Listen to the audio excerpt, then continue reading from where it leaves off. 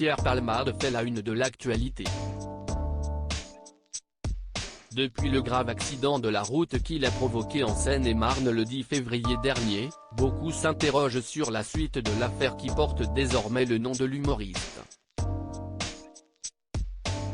Ce jeudi 23 février, Maxime Switek était aux commandes d'un nouveau numéro de 22h max, sur BFM TV, dont une partie a été consacrée au comédien, qui a été admis sous bracelet électronique au service d'addictologie de l'hôpital Paul Brousse de Villejuif.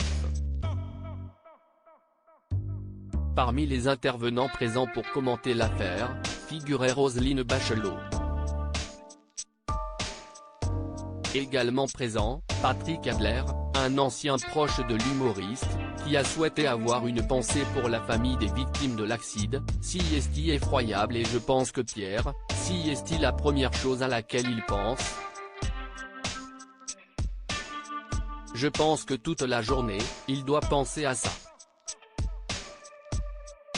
Il doit se dire, comment j'ai pu faire, a déclaré celui qui évolue lui aussi dans le milieu de l'humour.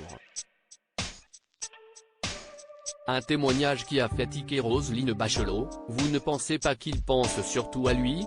S'est-elle interrogée en préambule, avant d'enfoncer le clou. Il y a quelqu'un, un compagnon de travail de Pierre, qui m'a dit, il s'aimait trop. Est-ce qu'il s'aimait ou est-ce qu'il se déteste? S'est alors questionné l'ancienne ministre de la Culture, songeuse. Je suis peut-être un peu plus compassionnel, a renchéri Patrick Adler, visiblement surpris par cette remarque.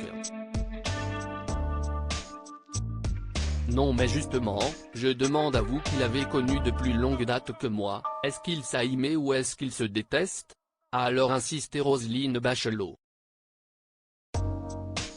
Oui parce qu'il est dans l'ego, mais il a quand même conscience que, dans ce rapport au miroir, il n'existe que par les autres. Donc je pense qu'il voit les autres aussi, a affirmé l'humoriste. Supérieur à Pierre Palmade, Muriel Robin, Michel Larocque, Véronique Sanson. Les femmes de sa vieux célèbre humoriste réagit à l'affaire Pierre Palmade. Dans cette même émission, Patrick Adler est revenu sur les addictions de Pierre Palmade. S'il a préféré se tenir à distance des excès du comédien, l'intéressé a fait savoir qu'il avait plusieurs fois mis en garde Pierre Palmade par le passé. On lui a dit qu'il allait trop loin.